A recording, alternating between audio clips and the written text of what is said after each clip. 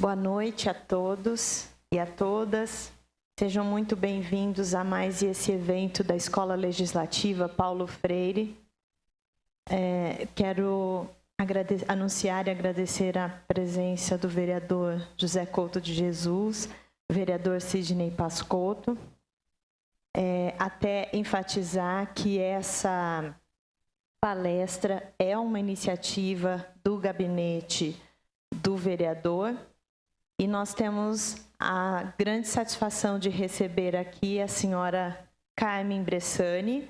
Ela é advogada formada pela USP, no Largo São Francisco, trabalhou na Receita Federal como auditora entre 1983 e 2012 e atualmente é aposentada. Ela foi diretora administrativa da Fundação ACEFAS, Fundação dos Servidores do Ministério da Fazenda, presidente do Sindicato dos Auditores Fiscais da Receita Federal e é coordenadora do Núcleo de Auditoria Cidadã da Dívida, Núcleo de São Paulo, que tiveram um trabalho bastante significativo na auditoria da dívida pública do Equador, a pedido do presidente Rafael Correia, onde foi possível uma redução da dívida daquele país em 70%. Eu quero dizer a todos também que os livros, trazidos pela senhora Carmen, eles estão aqui, eles vão ser vendidos para quem quiser adquiri-los no final da palestra, podendo obter também o autógrafo da senhora Carmen Bressani, para quem eu passo a palavra agora.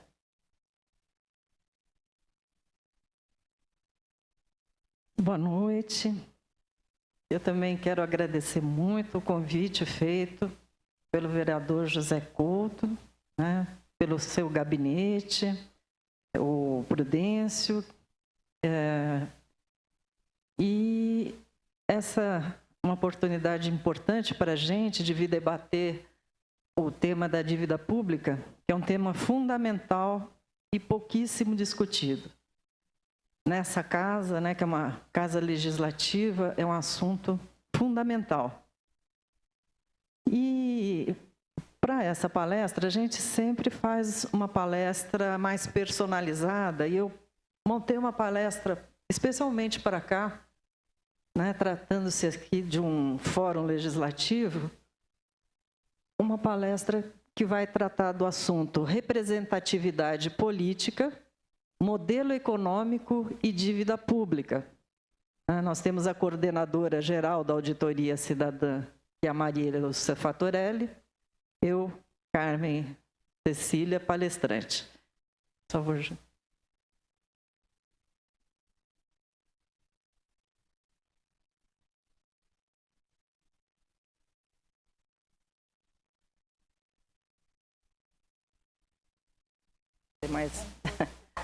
Bom,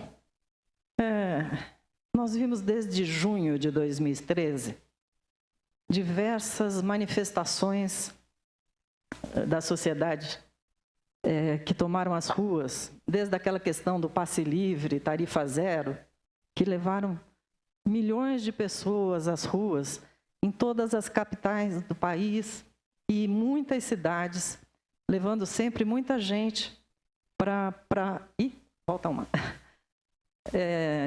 levando sempre muitas pessoas para as ruas. E de lá para cá, eu não sei como é que funciona aqui em Limeira, mas em São Paulo nós temos tido, desde então, inúmeras manifestações menores, e cada um reivindicando as questões mais diversas: moradia, saúde, educação, transporte. São inúmeras reivindicações da sociedade.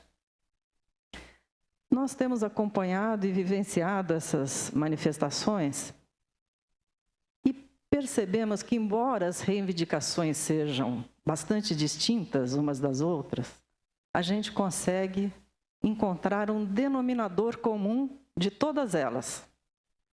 Esse denominador comum é a insatisfação da sociedade, que sente que o país é um país rico, que circula muito dinheiro, mas o retorno social é muito pequeno. Então, esse é o denominador que a gente encontra em todos os movimentos sociais. E é um fato. O Brasil é um país que vive um grande paradoxo, né? Nós somos a 7ª economia mundial. Isso significa que aqui circula uma grande quantidade de dinheiro. Não é qualquer coisa ser a 7ª economia mundial. E, no entanto, com dados oficiais, né, nós somos a 3ª pior distribuição de renda do mundo. Ou seja, se por um lado circula muito dinheiro, por outro, né, essa 3ª pior distribuição de renda indica que esse dinheiro está na mão de poucos e que existe uma grande massa extremamente carente, que fica patente também na nossa 85ª posição no Índice de Desenvolvimento Humano, IDH, que é medido através da educação, da saúde e da renda per capita. E nós somos o 100º, 20º, 80º no ranking de crescimento econômico. O nosso crescimento é muito pequeno. Mesmo antes da crise mundial, se a gente pegar aqueles países do BRIC, né? Rússia, China, Índia, nós estávamos sempre bem atrás, crescendo muito pouquinho em relação a esses países.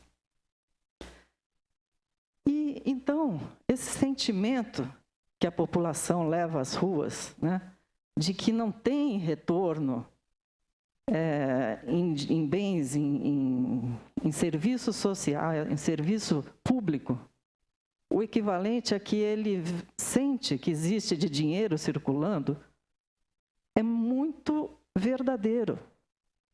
Veja esse gráfico aqui, foi elaborado pelo Sindicato dos Procuradores da Fazenda Nacional, o Simprofaz. Eles fizeram um levantamento, aqui está com os dados de 2011. Nesta coluna aqui é o Índice de Desenvolvimento Humano, IDH. E nessa outra aqui é a carga tributária.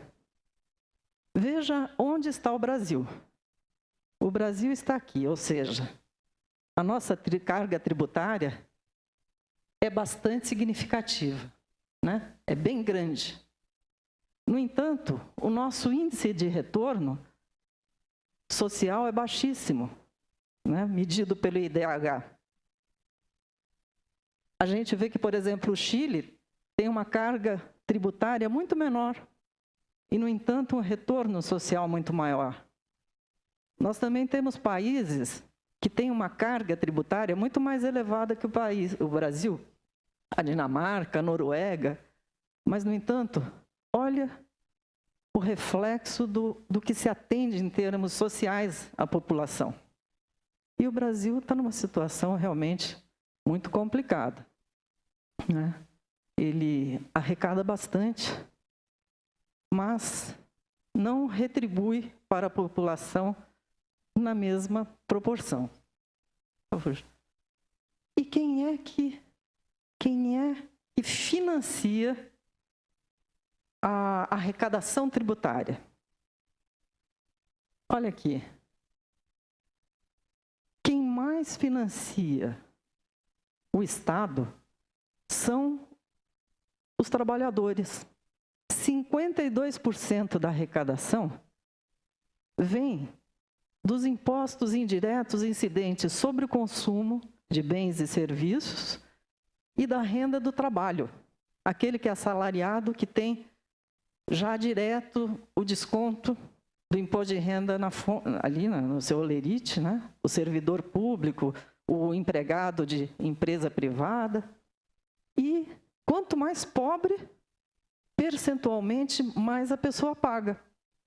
Porque o consumo, desde o cafezinho até o carro importado, passando pelos eletroeletrônicos, água, luz, tem uma grande carga tributária. E aquele cidadão que ganha pouco, que gasta todo o seu salário no consumo, é o que acaba pagando mais imposto. Porque você veja que um país onde existe uma grande especulação do capital tem uma pequena tributação, 15% só sobre a renda de capital. Por exemplo, os investimentos dos estrangeiros para compra de títulos públicos são absolutamente isentas de imposto de renda, de IOF, né? Então, nós tributamos pouco o capital. E o patrimônio, idem, né? Vou dar, por exemplo, um exemplo de falta de tributação, de problemas com tributação de patrimônio. Nós não temos o imposto sobre grandes fortunas e todos nós temos um carrinho que hoje é importante, um carro para a gente se locomover. Nós pagamos IPVA. Mas quem tem um helicóptero, quem tem um jatinho, quem tem um iate, não paga um centavo de tributo de equivalente ao IPVA. Nada, zero. Ele tem lá o seu jato, o seu avião, né? Porque o IPVA é sobre veículos automotores. E então, vocês vejam que quem financia mesmo é o trabalhador, é o assalariado, que mais financia os tributos, né? A arrecadação tributária. E aí o cidadão não vê o retorno disso. Não vê na saúde, na educação, nos transportes, né? Então a pergunta que a gente faz é a seguinte: se a gente arrecada tanto, se o Brasil é um país que tem uma carga tributária tão significativa, e a gente não vê esse retorno na sociedade, para onde vai o dinheiro da arrecadação? Quando a gente faz essas palestras e faz essa pergunta, o que as pessoas já logo falam assim, é a corrupção. De fato, a corrupção no país é muito significativa. A gente vê nos jornais diariamente que em todas as instituições há problemas de corrupção, né? É realmente um problema que a gente tem que atacar. É muito importante, muito sério. No entanto, a gente diz que antes dessa corrupção, que a gente chama corrupção de varejo, que sai toda hora nos jornais, existe um outro ralo que consome uma grande parte, quase metade de tudo que se arrecada no país. É um outro ralo anterior a esse da corrupção. E a este ralo que a gente dá um nome de dívida pública, que nós vamos mostrar aqui. Eu tinha trazido uns panfletinhos, eu não sei se foram distribuídos, vocês estão com esse panfleto. Isso aqui a gente chama a pizza, que a gente desenvolveu lá na Auditoria Cidadã. Nós só trabalhamos com os dados oficiais. Esse aqui, a fonte é o Senado Federal, né? Se você for lá no site do Senado Federal, vai encontrar todos os números lá, é um calhamaço de informações difíceis de você compreender. Então, o que nós fizemos foi pegar os dados com aquela linguagem difícil, econômico, e trazer numa linguagem mais simples, mais fácil, mais direta da gente compreender. O que é feito do dinheiro que vai para o país? Aqui nós temos, vocês têm aí nesse panfletinho, a gente já passou também. Esse aqui é o orçamento da União executado em 2013, é o que de fato aconteceu. Nós temos um total arrecadado de 1.783 bilhões. Que dinheiro é esse? É dinheiro que veio de tributos, é dinheiro que veio de lucro das estatais, dinheiro que veio de estados e municípios que repassam para a União, e também de lançamento de títulos da dívida, estão aí, né? Então, aqui é tudo que se arrecadou, que a União arrecadou em termos de valores. E quanto se gastou com dívida pública? 718 bilhões. 40,30% foi nesse ralo terrível que é a dívida pública. Olha que a Previdência Social, que é um programa fantástico de distribuição de renda do país, utilizou apenas 24,11%. É a segunda maior fatia. E o mercado já está de olho aqui nessa fatia da Previdência para tentar jogar dinheiro para cá, para o superávit primário. E para estados e municípios. São 5.564 municípios no Brasil e 26 estados e um Distrito Federal. Quanto foi para tudo isso? 10,43% do orçamento. É por isso que estados e municípios estão sempre de pires na mão para a União. Porque o que vai para estado e município é muito pouquinho para atender as necessidades todas que os estados têm. Mal dá para custear as despesas correntes, às vezes, de muitas cidades que não têm uma arrecadação boa ali de seus tributos municipais. E quanto foi para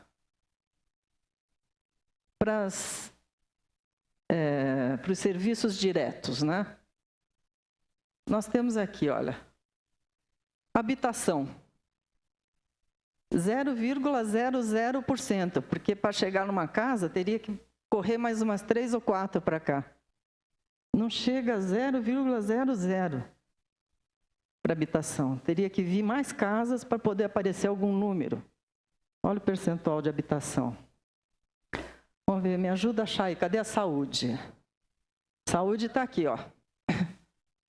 4,29%. É a maior fatia que tem da saúde. Olha que irrisório. Educação, 3,7% do orçamento. O que mais que é interessante aqui? Olha, cultura, 0,05%. Né? Segurança pública. A gente viu um problema sério, investido 0,4%. Cadê saneamento? 0,04%. Né? Então, olhem bem isso e vejam que isso se repete a cada ano. Varia um pouquinho mais. Aqui, às vezes, dá 41, 42, varia um pouquinho esse percentual, mas fica sempre muito próximo disso.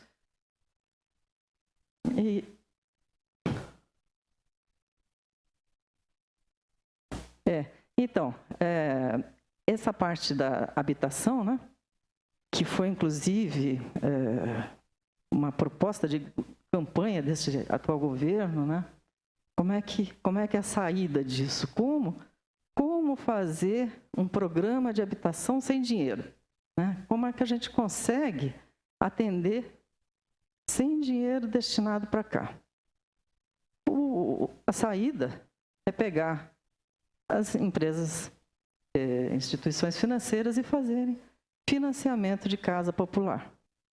Então, o cidadão, ele entra no programa e acaba pagando a sua casinha lá, porque, na verdade, pouco dinheiro vai do orçamento público, porque esses aqui são os dados oficiais, são números publicados lá no Senado. Né?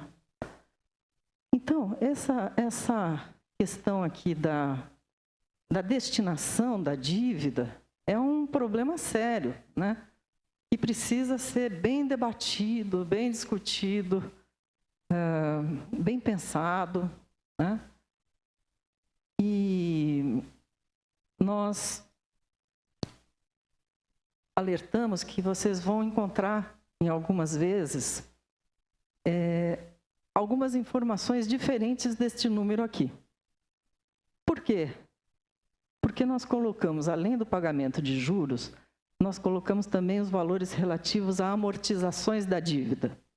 Porque em 2010, nós tivemos uma CPI da dívida no Senado e nós verificamos que existe uma legislação que impede que se emita títulos da dívida para pagar juros, só para pagar a amortização do principal. Então, o governo faz uma maquiagem nos números, né? Os governos, não é só esse, daqui para trás a gente vê de vários governos, mas a saída foi fazer uma maquiagem nos números e colocar ali em juros só uma pequena parcela dos juros reais. A parte do juros nominal, que é de correção e tudo mais, eles são lançados como principal da dívida, para poder emitir títulos para seu pagamento. Títulos que estão lançados lá em cima, que o recebimento estão lançados lá em cima. Então, na verdade, essa amortização do principal não é só do principal. O principal tem nele embutido uma grande quantidade de juros. E para saber quantos juros tem aqui, só fazendo uma auditoria, né? Só fazendo uma auditoria. E quanto é que a gente deve? A nossa dívida interna estava, em dezembro de 2013, em 2,9 trilhões. E a dívida externa, em 485 bi, que na época que a gente fez o cálculo, o dólar estava girando em torno de 2,30, o que dá 1,1 trilhão, somando um com o outro, nós temos uma dívida aí de 4 trilhões. 4 trilhões dá 82% do PIB. E aí também vocês vão achar números diferentes, né? Por que alguém, quando vocês olharem, poderão encontrar números diferentes? Porque aqui também se faz uma maquiagem. Por exemplo, exemplos de maquiagem. É uma coisa que é um termo que só existe no Brasil, chamado dívida líquida. O que é dívida líquida? Quando publicarem assim, dívida líquida, vocês já vão saber o que é, né? Que é o seguinte, por exemplo, eu faço um empréstimo num banco para comprar um automóvel. Eu empresto 50 mil reais num banco. Quanto é a minha dívida? 50 mil. Mas eu chego em casa e digo assim, eu fiz um empréstimo no banco, mas a minha dívida líquida é 30 mil. Porque eu tenho um carrinho velho na garagem, eu vou vender esse carrinho velho, que vale 20, vou pagar a minha dívida lá no banco com esses 20, então a minha dívida líquida é só 30. Tudo bem, você pode até fazer isso. Mas enquanto você não vende o seu carro usado e não paga o banco, a sua dívida não é 30, é 50. Os juros vão incidir sobre quanto? Sobre 50. E é isso o que acontece com a dívida líquida. Eles pegam a dívida e retiram algumas parcelas, como, por exemplo, as parcelas que os estados e municípios vão pagar para a União. Ora, enquanto o estado e o município não transferiu dinheiro para a União, enquanto aquilo não for pago lá em cima, o juros está correndo, não é sobre a dívida líquida, é sobre aquela dívida no momento. Então, se você usar esse artifício de dívida líquida, obviamente que o percentual vai diminuir do PIB. Então, eu estou dando essas explicações porque se vocês encontrarem um percentual diferente, observem se não estão falando sobre dívida líquida, né? Nós estamos falando sobre uma dívida existente total. Também essa parte de juros reais e nominais, como eu havia explicado. Então, vamos ver como é que essa dívida ficou tão grande, né? O que acontece?